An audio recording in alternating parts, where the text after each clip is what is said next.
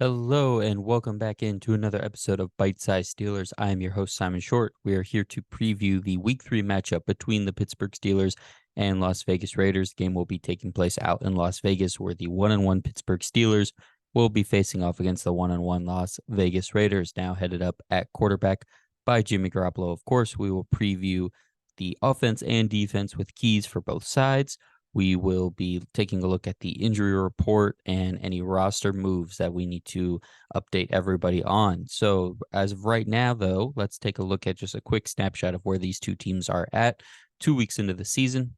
Two of the bottom teams in the league, based on the statistics, Steelers are 31st in yards and 26th in points, and the Raiders are 30th in yards and 31st in points. Pittsburgh is obviously coming off their victory, 26-22 win on Monday night over the Cleveland Browns, while the Raiders are coming off of a 38-10 routing by the Buffalo Bills last Sunday. Right now, a snapshot of this one where the Raiders are at. Josh Jacobs so far on the season has 28 carries for 46 yards and no touchdowns, and just a 7-yard run as his longest in 2 games and a 32% success rate. And this was the guy who just led the league in rushing last season. Josh Jacobs obviously was holding out for most of the offseason work for the Raiders, trying to get a new contract. So he is still, I guess, working himself probably into football shape. So you have to figure that he's going to be ready to go sooner rather than later. So we'll talk about that as we get into the keys. And Jimmy Garoppolo is the new quarterback, as I mentioned, who has been accurate so far. He's completed 72% of his passes, but just on 50 attempts. He even has 3 interceptions, which is a interception percentage of about 6%, and that is leading the league out of all 31 quarterbacks who have started 2 games. Let's get into the injury report here for both sides of the field, both teams. The Pitts, and this is as of Thursday, September 21st. So practices on Wednesday and Thursday. We have that injury report for you today. The ones to watch for the Pittsburgh Steelers are Minkah Fitzpatrick, safety, linebacker Marcus Golden, and tight end Darnell Washington. All did not participate on Wednesday, but all were limited participants on Thursday. They all seem to be heading in the right direction. Minkah obviously is going to be the big one to watch after injuring his chest on the touchdown saving, albeit temporarily, tackle of Jerome Ford on the 69-yard run in the Browns game on Monday. Darnell Washington did get tripped up in a run blocking play in the second half of the game. Marcus Golden's injury I didn't see watching the game, but I believe he and Washington both played till the end of the game. So those guys should be okay. I expect those guys to all play. 2 more players that are not a surprise for their status as of right now.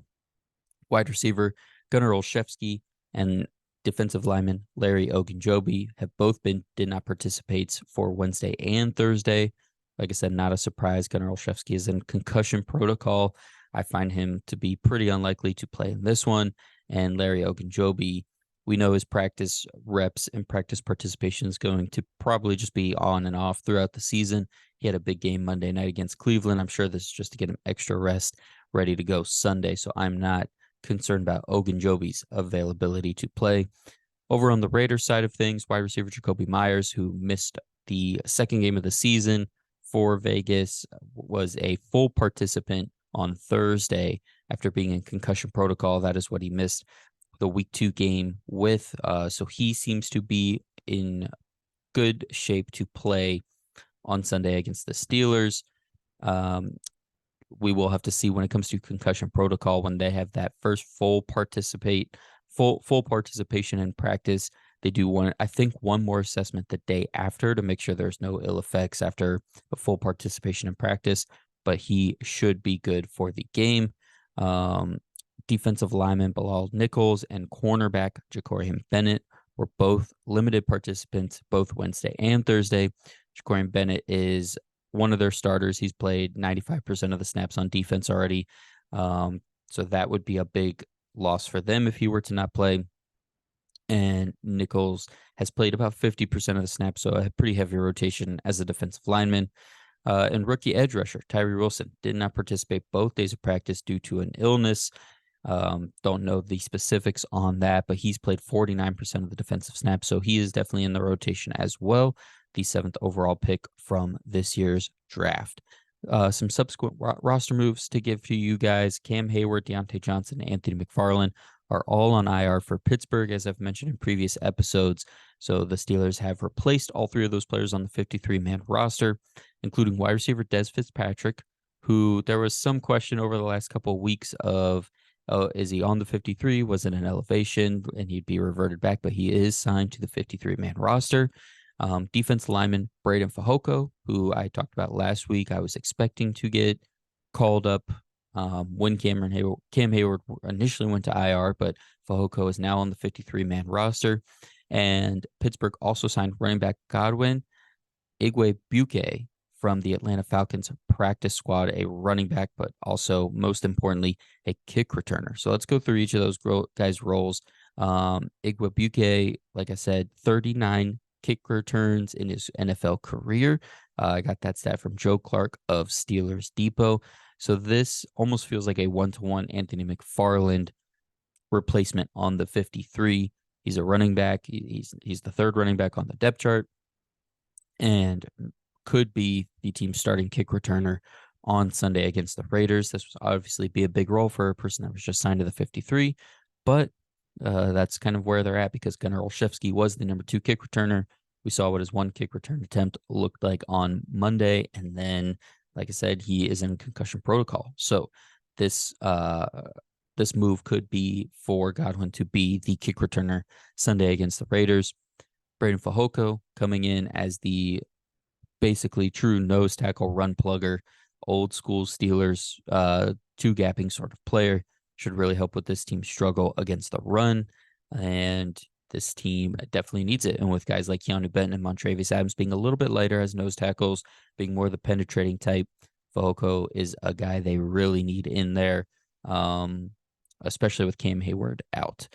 And I think this is fine to have all 3 nose tackles on the roster because Adams and Benton, as I've mentioned in the first episode of this podcast, have the ability to rush the passer in nickel as defensive tackles or even play some end in base. They have that athleticism and flexibility. I'd love to see Benton get an expanded role into some of that extra stuff because he has looked good on tape both games.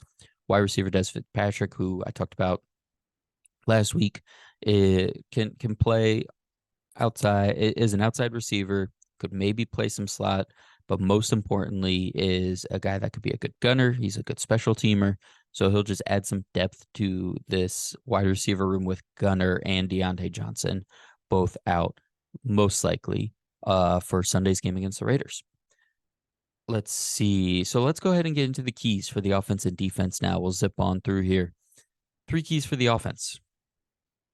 If you've listened to the first couple episodes of this podcast, you know what I'm going to say. Run the ball. Both games so far this season for the Pittsburgh Steelers, all of their plays in the initial drive of the game, which is only 6 total, have been pass plays. This team was built around the idea of going back to running the ball first, and those pass plays have led to a sack, a ball batted at the line of scrimmage, and an interception across those 6 passes across two games. It has been 256 days since Pittsburgh began a game with a run. Obviously, that only goes back to the Week 18 game against the Browns last season, but we're going to keep that counter going until it happens. One way I want to see the Steelers continue to run the ball more and run it more effectively is to mix Jaylen Warren in more on some longer down and distances. It doesn't have to be series for series. This should still be a slightly in favor of Najee Harris backfield, I would say, for one more week. But Jaylen Warren was more effective in the long down and distances in the game against the Cleveland Browns on Monday night. I would like to see him mixed in a little bit more just to get some shorter yardage opportunities instead of Najee Harris running for, at best, 3 or 4 yards on first down. I'd like to see Jaylen Warren and see if he could pop for maybe 5 or 6 yards on first down create some short yardage opportunities for Kenny Pickett and for Najee Harris. Key number 2 for the offense, get Pat Freiermuth involved. Kenny Pickett is throwing to his receivers and throwing outside the numbers a lot. Warren Sharp, if you go on my Twitter at Simon_Short, Warren Sharp had a great video that he put out, and I retweeted it, talking about the Steelers offense, the play calls, the things that Matt Canada, the plays that he is calling. But one of the things he harped on a lot was how far outside to the perimeter and outside the numbers Kenny Pickett is throwing the ball, and the offense is primarily trying to get him to throw to. And I've talked about this in the past, but not to this level, and not after these 2 weeks. And the numbers and the comparisons to other quarterbacks is pretty staggering. Those throws are hard. That's a long distance to throw the ball all the way out to the sideline like that for a guy that doesn't have the best arm. And if you're going to make those risky type throws for that amount of yardage, might as well get something out of it instead of it being a 2 to 5 yard vertical air yard distance. Let's push that thing over the middle of the field a little bit more and try and create some stuff. So let's get Pat Freiermuth more involved over the middle of the field. He has 2 catches for 5 targets and 5 yards and the touchdown so far this season. Great hands. He's a good route runner. He can get open. He can find the soft spot in zones. And with Deontay Johnson out, Allen Robinson taking a slightly different role, let's get Pat Freiermuth more involved, make things a little bit easier for Kenny Pickett. Excuse me.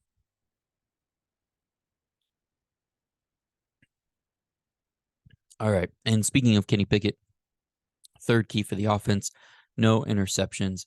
Pickett so far has a 2 to 3 touchdown to interception ratio because he's thrown 2 touchdowns and 3 interceptions. Pickett has to take care of the ball. We can talk as much as we want about Matt Canada's offense and his play calling, and believe me, it's well deserved. But that doesn't mean Kenny Pickett has to throw 3 interceptions in 2 games. I talked more in depth about the interception against the Browns in the recap video and recap podcast. There are things Kenny Pickett can do to correct a lot of his mistakes, aside from having a better offense or a better play call. So just need to see Kenny Pickett settle down, be more calm in the pocket, stay in the pocket more, navigate it better, throw the ball away when he needs to, put his head down and scramble a little more when he needs to, stop forcing things, and just take care of the ball. Don't give a bad team like the Raiders, who also have a bad offense so far this season, easier opportunities with short distances and more cracks at it by giving the ball away. So I'd like to see no interceptions from Kenny Pickett, which should be something that everybody strives for all the time. But let's really make it a key for the offense this week. Let's flip over and do 3 keys for the defense. Same thing. Stop the run. Don't be the team that lets Vegas get their run game going. Don't make this the get right game. Be assignment sound. I talked about that a lot earlier in the week. The linebackers especially, but the DBs as well on certain plays. Be assignment sound. When Josh Jacobs gets the handoff, don't immediately run right to him if you're on the opposite side of the field or you're maintaining a different gap. Wait for him to get wrapped up by somebody, and then you can attack. Then you can bring him down. But make sure you are assignment sound and where you're supposed to be. Do your own job, because Jacobs is a tough runner and he's shifty. And if he gets clogged up on one side of the line of scrimmage, similar to Nick Chubb did in that Monday night game, he can easily break it down the other way and take off if you're not where you're supposed to be. So stop the run, be physical at the point of attack, but most importantly, be assignment sound with your gaps at the line of scrimmage. Key number 2, keep the splash plays going. Keep that momentum going for the defense. Obviously, the defense scored more than the offense on Monday night. I don't necessarily expect that to happen again. I probably don't even want it to happen again. But keep that momentum going. Jimmy Garoppolo has not been sacked yet this season. Go ahead and change that. Go ahead and get after him. This offensive line for the Raiders is not very good. They are winning in terms of not being sacked by Garoppolo getting rid of the ball quickly. So let's create opportunities for TJ Watt and Alex Highsmith to get home. Keanu Benton, Montravius Adams, as I mentioned, DeMarvin Leal. Let's start getting the linebackers involved in the blitz game. Attack up the middle first. Give Garoppolo no room to see what he wants to see and get the ball out quick. Give TJ Watt and Alex Highsmith time to get around the edges. In addition to that, let's get a couple interceptions. Let's get a forced fumble. Let's get some tackles for loss. I did mention the linebackers on Monday did start to do that. Cole Holcomb, forced fumble and tackle for loss. Keep that momentum going for those guys. I'll call my shot here a little bit. If Minkah plays, which it feels like he's trending to, one thing you can get Jimmy Garoppolo on pretty consistently is the free safety dropping down as a robber at some point. Taking away a slant that was maybe open at a different point in the game that Garoppolo hit, and Minkah's great at that. Minkah, I don't have any numbers on this. This is pure just watching games every week. Minkah's one of the best safeties at that exact play, coming down as a robber and making a play on the ball. And I would like to see that. So if Minkah plays, I'm gonna call my shot. Minkah gets an interception as a robber on Jimmy Garoppolo on something over the middle of the field. And last but not least, no explosive plays. That was one of my keys last week, and the Steelers actually gave up more explosive plays to the Browns. If you go by like 20 yards or more, an explosive play is probably categorized now as a little bit more than that, but for these purposes, they gave up 40. They gave up 4 plays of 20 or more yards last week against the Browns, including that 69-yard run, and they only gave up 3 to the 49ers. Let's bring that number way down. Let's get to 1 or 2 at most. Let's make it a play where there's not a double or triple explosive play like the big run by Christian McCaffrey or the big run by Jerome Ford. Let's keep the explosive plays to a minimum. Again, just like I said last week, don't compound mistakes by giving up a 10-yard run and having a missed tackle that turns into a 50-yard run. Don't compound mistakes by giving up a 20-yard run and letting it go for a touchdown. Again, this Raiders offense, just like Pittsburgh's, is too bad to give up those extra bonus plays, those extra bonus yards, extra bonus points to, because if you force them to nickel and dime their way down the field, the more throws you make Jimmy Garoppolo throw, the more likely you're going to get a sack or an interception. So no explosive plays, make them nickel and dime you, keep this score low of the game in total, and do your best to get after Jimmy Garoppolo. And that's it. That's our preview for Week 3, Pittsburgh Steelers, Las Vegas Raiders. Thank you all so much for listening. Make sure you are checking out our other team pods on this feed and on this channel. Thank you so much. Enjoy the game.